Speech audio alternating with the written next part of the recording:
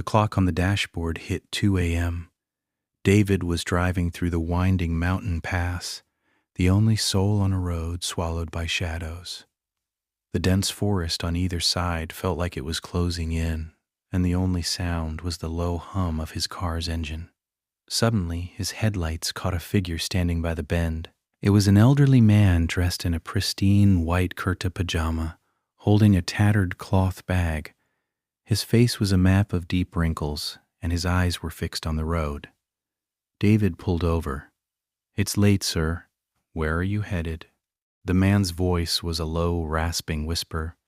"Just to the old banyan tree at the next turn, son. It would be a great kindness."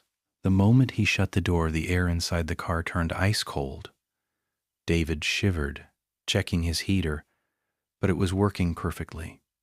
A strange, suffocating smell filled the cabin, the scent of damp earth and rotting wood. As they drove, David tried to make small talk. "Do you live near the tree?"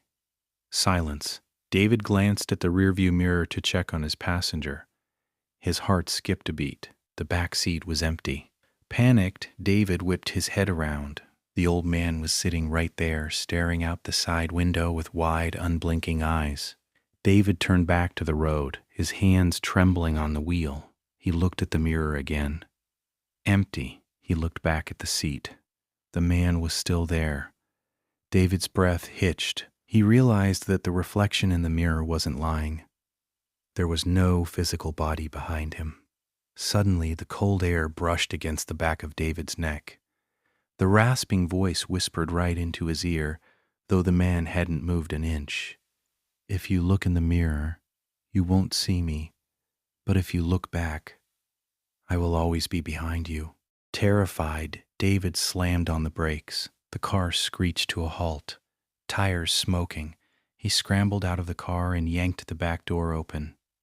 The seat was vacant. No one was there. On the floor mat lay the old cloth bag. With shaking hands, David opened it.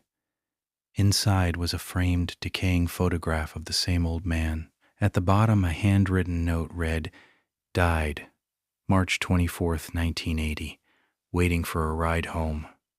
Directly in front of his car stood the massive, twisted silhouette of the old banyan tree.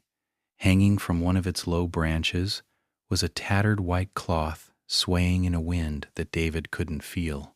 A faint, chilling laughter echoed through the trees. David didn't wait. He jumped back in, floored the accelerator, and never looked at the rearview mirror until he reached the city lights.